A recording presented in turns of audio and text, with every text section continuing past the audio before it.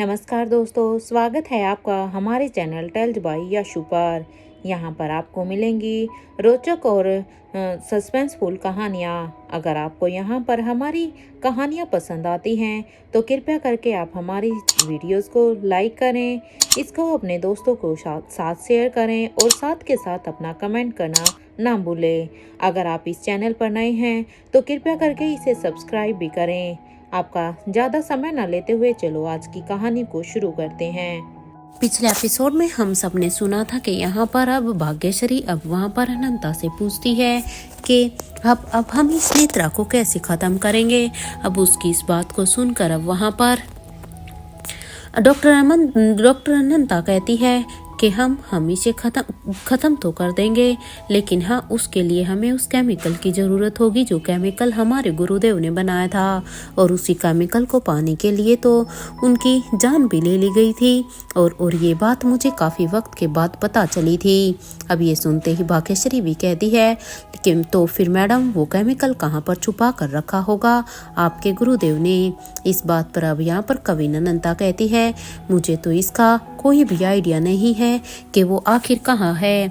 जहाँ पर ये दोनों अभी बातें कर रही थी, इधर नेक्स्ट डे मॉर्निंग आज की सुबह दिल्ली के लिए कुछ अलग ही थी। जनवरी की ठंडी हवाएं अपना असर दिखा रही थी। इधर मारवा हाउस में सभी की नज़र अभी बस न्यूज़ चैनल पर ही थी।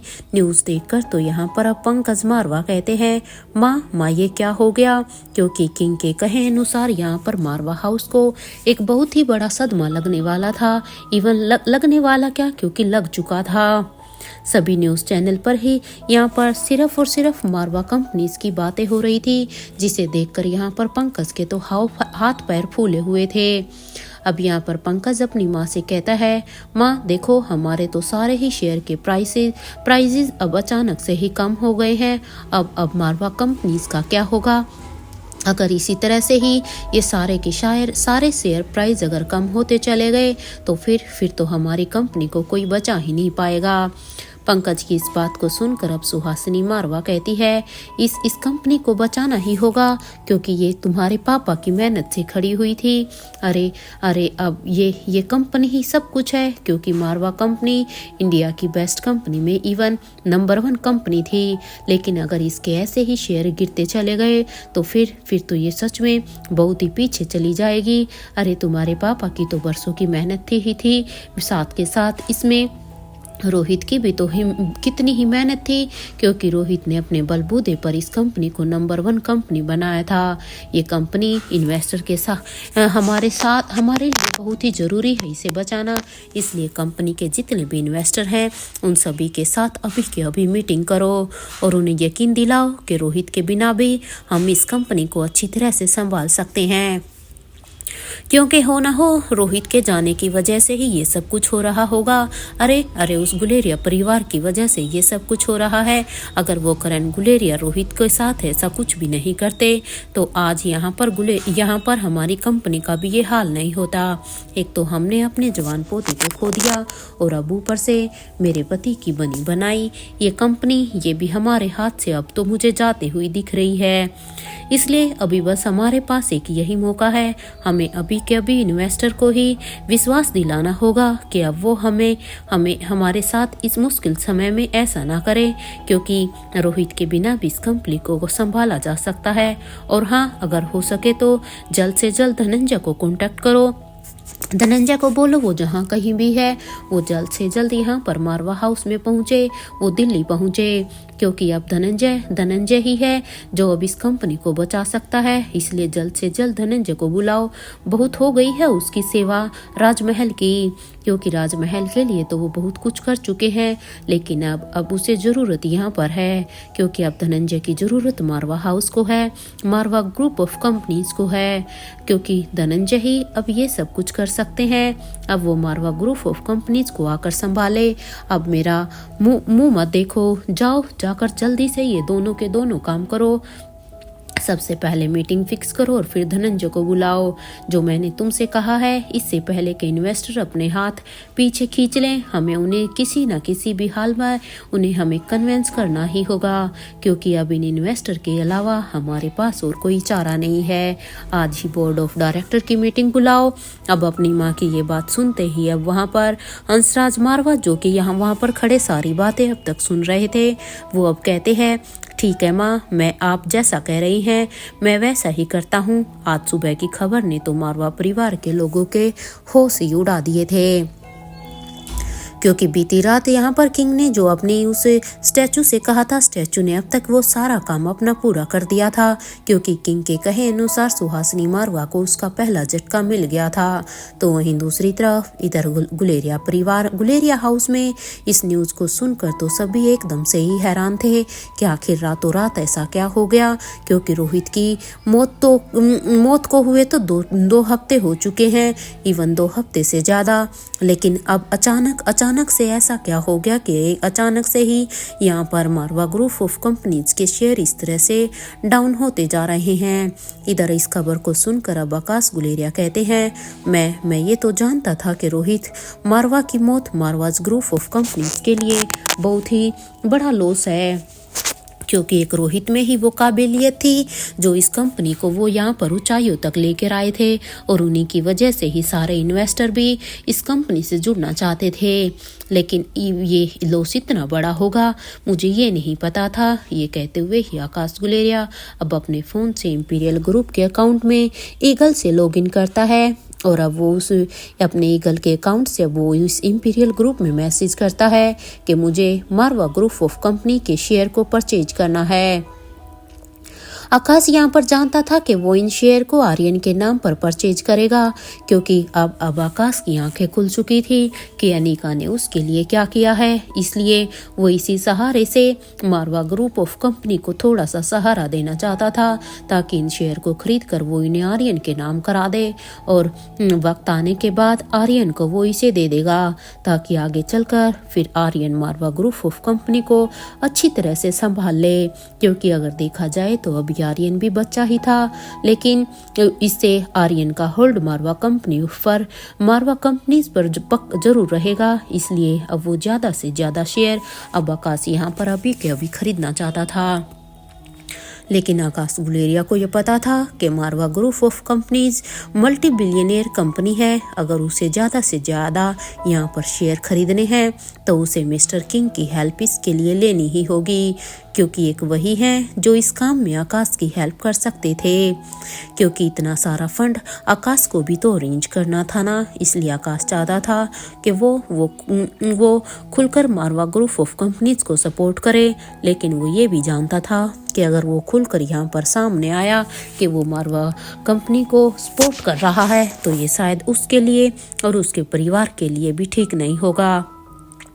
क्योंकि घूम फिर कर अगर नेत्रा को भी इस सब चीज़ों के बारे में पता चल गया तो नेत्रा को फिर सीधे सीधे शक हो जाएगा कि मैं यहाँ पर मारवा कंपनी को बचाना चाहता हूँ, और फिर वो सीधा सीधा समझ जाएगी, और हो ना हो मेरी वजह से मेरा परिवार भी फिर से खतरे में आ जाएगा।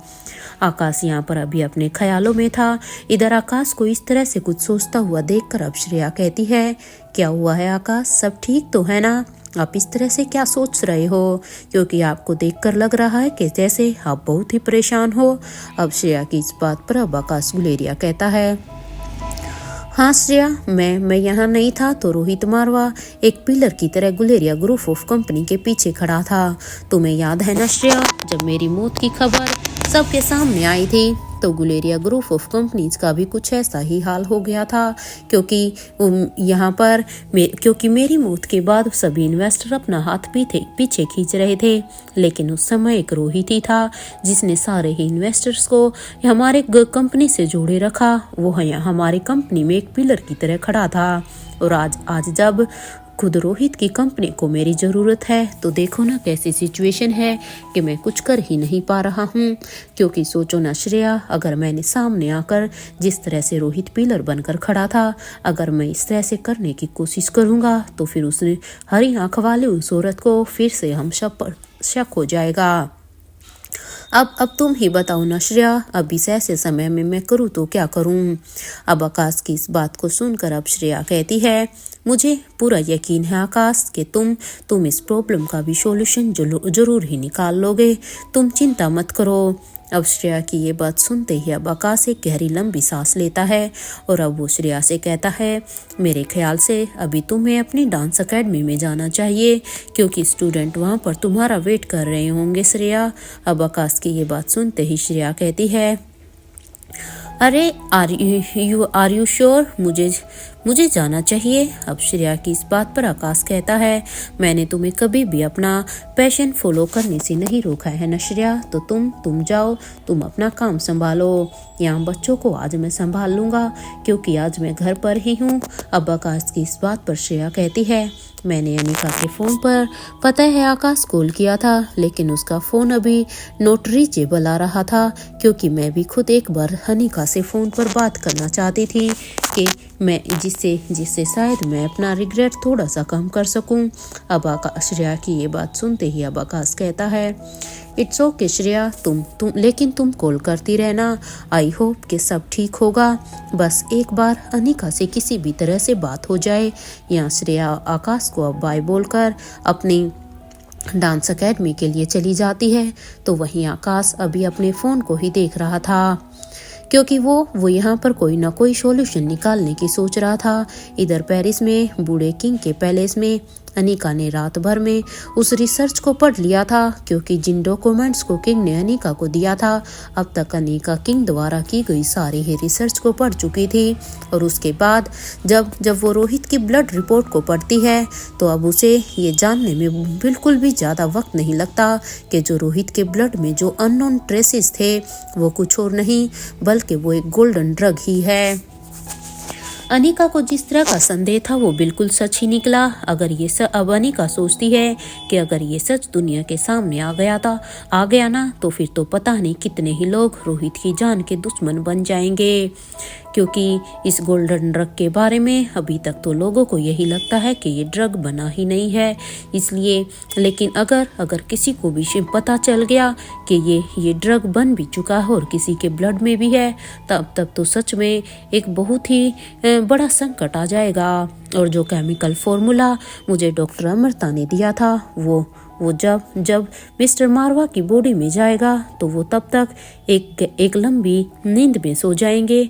नहीं ये सच किसी को भी पता नहीं चलना चाहिए क्योंकि सच में ये सच अगर बाहर आया तो ये तो एक बहुत ही खतरनाक सच होगा। अनिका अब ये सब सोचते ही अनिका उन पेपर को अपने ड्रॉर में रखकर और अब रोहित की रिपोर्ट को भी अनिका वहीं पर ही रख देती है क्योंकि अनिका नहीं चाहती थी कि ये बात अब किसी के भी सामने आए क्योंकि अनिका ये भी अच्छी तरह से जानती थी जब तक ये पेपर यहाँ पर किंग के पास है, किंग के पैलेस में है, तब तक ही ये सारी की सारी रिसर्च सेफ है। अगर ये दुश्मनों में से किसी के भी हाथ में लग गई तो फिर तो सच में एक प्रलय ही आ जाएगा। अनिका जब यहाँ पर टाइम देखती है तो अब वो यही सोचती है कि मन तो बहुत कर रहा है सोने का क्योंकि कब से मैं सोई नहीं हूँ, लेकिन मैं अभी अगर सो गई ना तो किंग तांडव मचा देंगे। ओ गॉड, अब मुझे यहाँ से जल्द जाना चाहिए। ये सब सोचते हुए ही अनिका भी शावर लेने के लिए बाथरूम में चली जाती है और कुछ ही देर के बाद जब वो वापस आकर रेडी होने लगती है तो तभी उसके दिमाग में एक बात आती है कि उसे अपने आयशा माँ से उसे अपनी आयशा माँ से बात करनी थी। ये सोचकर अब अनिका रेडी होने के बाद अब वो अपने रूम से जल्दी से ही बाहर निकलकर अब अपनी आयशा माँ के रूम की तरफ जाने लगती है। इधर कुछ ही देर की वॉकिंग डिस्टेंस के बाद जब अनिका वहाँ पर पहुँचती है तो अब वो आयशा मारवा के दरवाजे को नॉक करने लगती है। कुछ ही देर के बाद जब दरवाज़ा खुला तो वो वहाँ पर दरवाजा खुद आयशा मारवा ने ही खोला था, इसलिए आयशा माँ को अपने सामने देखकर अब अनिका कहती है, गुड मॉर्निंग माँ। ये कहते हुए ही अनिका अब आयशा मारवा को एक हक करती है तो वहीं आयशा भी अब अनिका को गुड मॉर्निंग विश करती है और अब वो अनिका को अंदर आने के लिए कहती है। इधर अब अंदर आने के बाद अब अनिका आयशा माँ को सोफे पर बैठने के लिए कहती है क्योंकि अनिका को अब आराम से अपनी माँ से कुछ बातें करनी थी। और अब वो भी आयशा को सोफे पर बैठाने के बाद अब खुद भी उनके पास सोफे पर बैठ जाती है।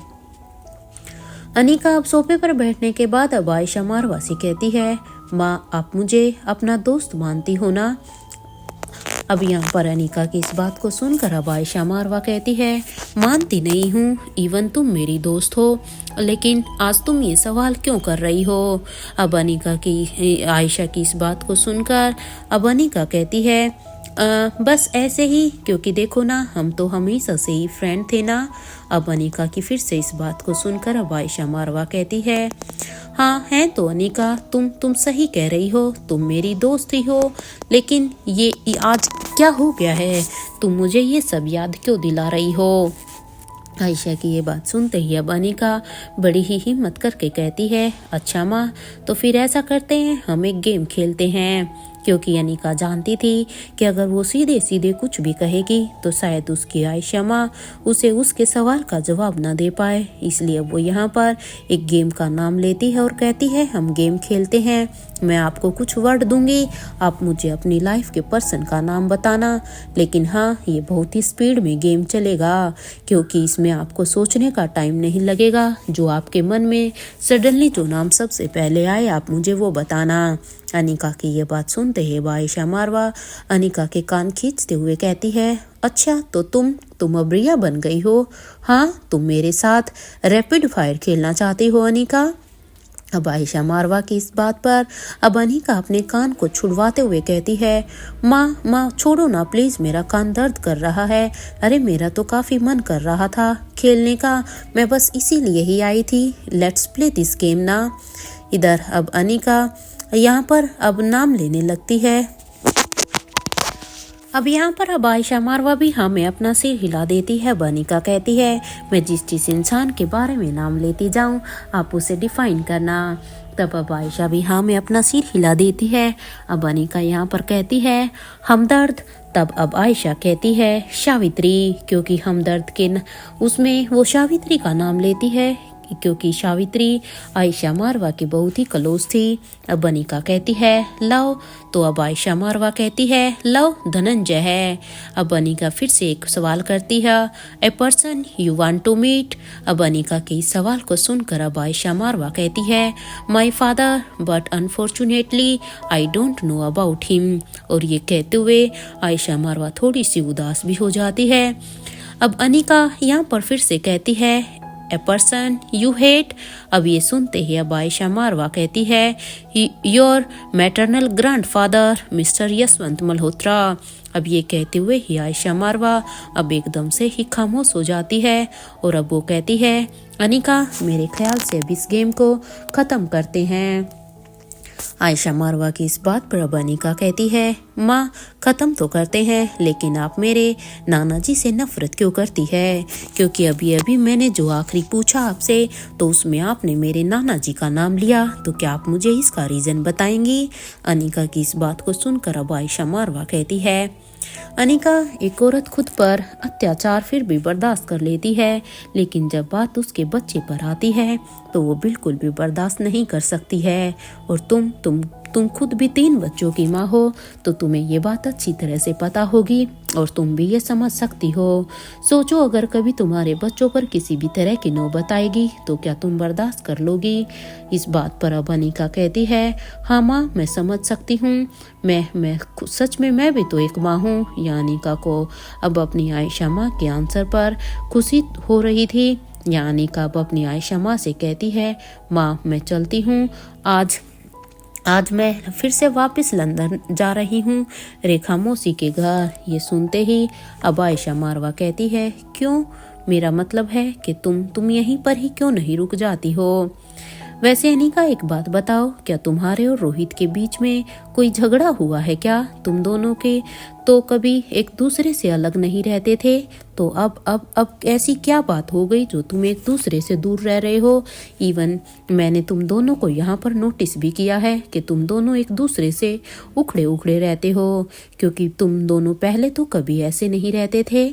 आयशा मारवा की इस बात पर अब अनिका कहती है, माँ ऐसा कुछ भी नहीं है, वो रिया को अपनी बड़ी मौसी के साथ रहना था ना, इसलिए वो भी वहाँ पर रहना चाहती है कुछ दिन और। अब उस अनिका की इस बात पर अब आयशा मारवा कहती है, क्या वो अपने डैड को मिस नहीं करती है क्या? अब आयशा की इस बात पर अनिका कहती है, ऐसा नहीं है माँ, वो अपने डैड को भी बहुत मिस करती है। वो कुछ दिनों में यहाँ पर आ जाएगी। और वैसे भी अभी तो तीनों के एग्जाम शुरू होने वाले हैं ना, तो रिया का यहाँ रहना ज़्यादा सही होगा, क्योंकि यहाँ रहने के बाद वो अच्छी तरह से पढ़ भी पाएगी और अपने एग्जाम की प्रिपरेशन भी कर पाएगी। अनिका की इस बात पर अब आयशा मारवा कहती है, तुम्हें नहीं लगता अनिका कि तुम गलती कर रही हो? रिया को यहाँ रोहित के साथ रहने से अच्छा होगा कि तुम उसे अपने साथ ही रखो, क्योंकि अनिका तुम भी तो अच्छी तरह से जानती हो ना कि रोहित के साथ रहकर तो रिया कुछ भी नहीं करती है, क्योंकि रोहित हमेशा से ही रिया को उसकी हर चीज में सपोर्ट करते हैं। इसलिए मेरे मानो तो तुम रिया को अभी अपने साथ ही रखो, क्योंकि तुम रिया के साथ थोड़ी सी स्ट्रिक्ट रहोगी। अगर वो रोहित के साथ यहाँ रही ना तो हो चुकी उसकी पढ़ाई। अब आयशा की इस बात पर अब अनिका अपने मन में सोचती है, अब मैं आपको कैसे बताऊं कि रिया यहाँ पर ही डिसिप्लिन में रहेंगी, क्योंकि यहाँ पर जो शख्स है वो मिस्टर मारवा नहीं बल्कि रोहित के नानू है, जो उसे अच्छी तरह से डिसिप्लिन सिखा सकते हैं। वहाँ तो अपनी बड़ी मौसी और अपने डैड के प्यार में तो हो चुकी रिया की सारी ही पढ़ाई। अपने इंटरेस्ट के साथ साथ रिया को अपनी पढ़ाई भी तो कंप्लीट करनी है। इधर अनिका को कहीं खोया हुआ देखकर अब आयशा मारवा कहती है, क्या हुआ अनिका? मेरी बात को गलत मत समझना बेटा, मैं तो रिया की भलाई के लिए ही ये सब कह रही हूँ। देखो आर्यन और अलेक्जेंडर को देखो, ये दोनों इन दोनों को रोहित के साथ रहने दो और रिया को तुम अपने साथ रखो, क्योंकि अगर तुम वहाँ पर जा रही हो तो रिया तुम्हारे साथ ही सही रहेगी। जब तक तुम और रोहित अलग अलग रहने वाले हो तब तक ऐसा करो। वैसे अब कब आओगी वापिस? आयशा मारवा की इस बात पर अब अनिका कहती है, ये तो पता नहीं, लेकिन हाँ माँ मैं बहुत ही जल्द आऊंगी।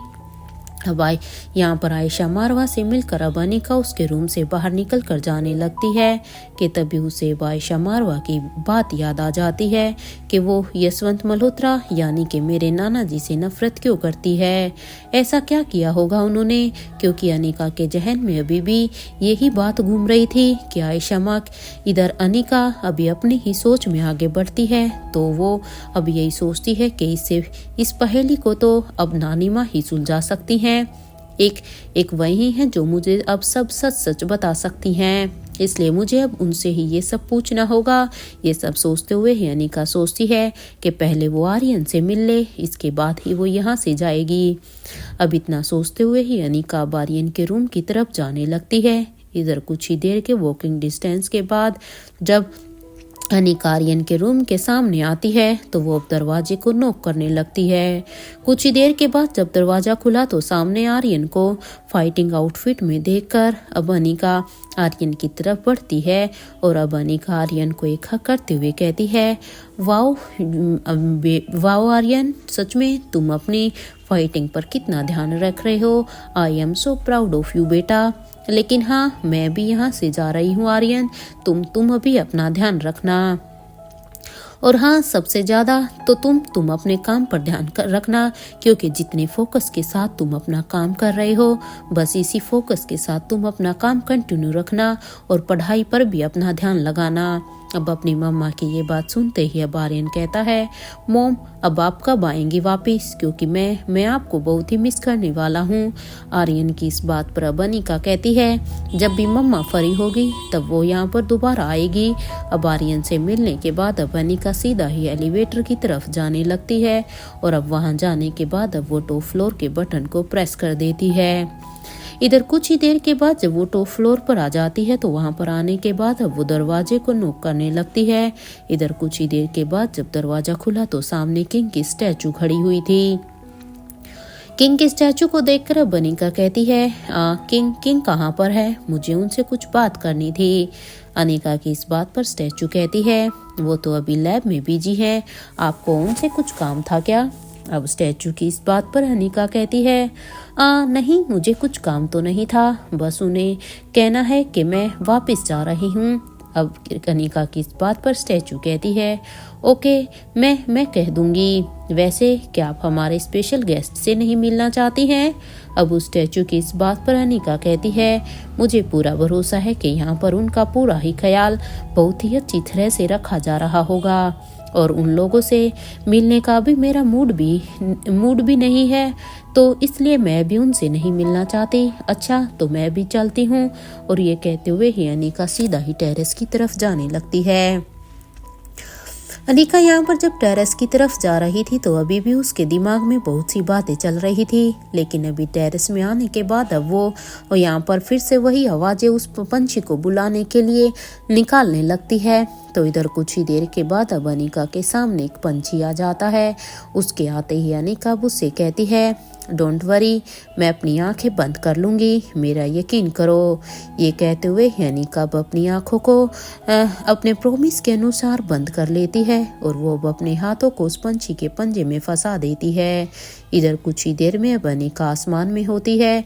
इधर कुछ देर के बाद अब वो पंछी अनिका को रोहित के चोपर के पास छोड़ देता है, जहाँ तक अनिका खुद उस चोपर को लेकर आई थी। वहाँ आने के बाद अब अनिका उस चोपर में बैठ जाती है और वो अब अपने फिर से ब्लैक कैट के मास्क को पहनकर वो वहाँ पर अब कुछ देर तक सोचने लगती है। इधर इंडिया में गुलेरिया हाउस में शारदा यहाँ पर टॉप फ्लोर में बने देवराज गुलेरिया के रूम में अब वो उस रूम की साफ सफाई कर रही थी, क्योंकि जैसे यहाँ पर इस काम के सारे ही इस रूम की साफ सफाई शारदा के ही ऊपर थी, इसलिए वो अब अपना वही काम कर रही थी। तभी शारदा का पैर एकदम से वहाँ पर स्लिप हो जाता है और अपना पैर स्लिप होने की वजह से वो सीधा ही नीचे जमीन में गिर जाती है। शारदा यहाँ पर जैसे ही जमीन पर गिरी तो उसके मुंह से अब एक जोर से करहाने की आवाज निकलती है। इधर जैसे ही ये आवाज सुनी तो वहाँ पास से ही खेल रहे यश और पिंक इन दोनों को ही शारदा के चिल्लाने की आवाज बड़े ही जोर से सुनाई दी। जैसे ही उन्हें यहाँ पर ये जोर से आवाज सुनाई देती है तब अब पिंकी कहती है, यस मुझे तो ये शारदा आंटी की आवाज लग रही है। क्या हुआ है उन्हें, चलकर देखें। अब उनकी मुझे लग रहा है ये उन्हीं की ही आवाज थी। इस बात पर अब यश कहता है, हाँ लग तो मुझे भी यही रहा है, चलो चलकर देखते हैं। इस बात पर अब पिंकी कहती है, लेकिन हाँ ये भी तो देखो ना, हम तो वहाँ पर नहीं जा सकते क्योंकि हमें तो वहाँ जाने से मना किया गया है ना। अब यहाँ पर पिंकी की इस बात पर यश कहता है, हाँ मना तो किया है, लेकिन शारदा आंटी को चोट लगी हो सकती है, क्योंकि ऐसे तो कोई तभी चिल्लाता है जब किसी को चोट लगी होती है। इसलिए अब चलो पहले हमें उन्हें देखना होगा। यहाँ यश अब पिंकी का हाथ पकड़कर अब उसे उस रूम की तरफ लेकर जाने लगता है। इधर कुछ ही देर के बाद जैसे ही वो दोनों वहाँ पर पहुँचते हैं तो वो देखते हैं कि वहाँ पर शारदा तो नीचे गिरी हुई थी और उसके सिर में चोट भी लगी हुई थी। ये सब देखकर अब यश कहता है, पिंकी देखो ना, इनके तो सिर में चोट लगी हुई है। पिंकी ऐसा कर, तू जल्दी से जाकर राजलक्ष्मी चाची को यहाँ पर लेकर आओ, क्योंकि वो इनके सिर पर फर्स्ट एड कर सकती है। ये सुनते हैं पिंकी कहती है, ओके मैं जाती हूँ, लेकिन तुम ध्यान देना, यहाँ पर सच में बहुत सारी अजीब अजीब आवाज़ें सुनाई देती हैं, क्योंकि मुझे पहले भी यहाँ से आवाज़ें सुनाई देती थी। अब पिंकी की इस बात पर यश कहता है, ओफो पिंकी तुम फिर से शुरू हो गई। अरे हम सब ने देखा था ना कि जब हम सब यहाँ पर इस कमरे में आए थे तो यहाँ पर कुछ भी नहीं था, इसलिए तुम इस बारे में मत सोचो और अभी यहाँ से जाओ। पिंकी अब ये सब सुनने के बाद अब पिंकी वहाँ से जाने लगती है और रास्ते में उसे वहाँ पर अब एक स्टाफ मिलता है। तो अब उस स्टाफ को देखकर पिंकी कहती है, आप बड़े दादाजी के रूम में जाइए ना, यश की हेल्प हो जाएगी। अब पिंकी की ये बात सुनकर अब वो स्टाफ बड़ा ही हैरान होता है, क्योंकि उस कमरे में तो सच में किसी को भी जाना अलाउ नहीं था, तो भला वो वहाँ पर कैसे जा सकता था। लेकिन जब उसने यहाँ पर ये बोला यश की हेल्प हो जाएगी तो अब वो स्टाफ पिंकी से पूछता है, लेकिन यश वहाँ पर क्यों गया है। अब यहाँ पर पिंकी कहती है, वो क्या है ना कि शारदा आंटी वहाँ पर गिर गई है, तो इसलिए यश वहाँ पर उनके पास है। पिंकी की ये बात सुनते ही वो स्टाफ कहता है, ओके बेबी आप चिंता मत कीजिए पिंकी बेबी, मैं बस अभी जाकर देखता हूँ। ये कहते हुए ही वो स्टाफ अब उस रूम की तरफ जाने लगता है। तो वहीं पिंकी भी अभी एलिवेटर में आकर सीधे ही 3rd फ्लोर के बटन को प्रेस कर देती है। कुछ ही देर के बाद जब पिंकी वहां पर पहुंचती है तो अब यहाँ पर राजलक्ष्मी और मयूर के कमरे की तरफ जाने लगती है। कुछ देर के बाद जब वो उनके कमरे के सामने पहुंचती है तो अब वो वहां पर दरवाजे को नॉक करती है। अब जैसे ही यहाँ पर दरवाजा खुला तो सामने राजलक्ष्मी को देखकर अब पिंकी कहती है, अच्छा हुआ चाची आप यहीं मिल गई, जल्दी चलिए ना प्लीज प्लीज देखिए ना शारदा आंटी को क्या हो गया है।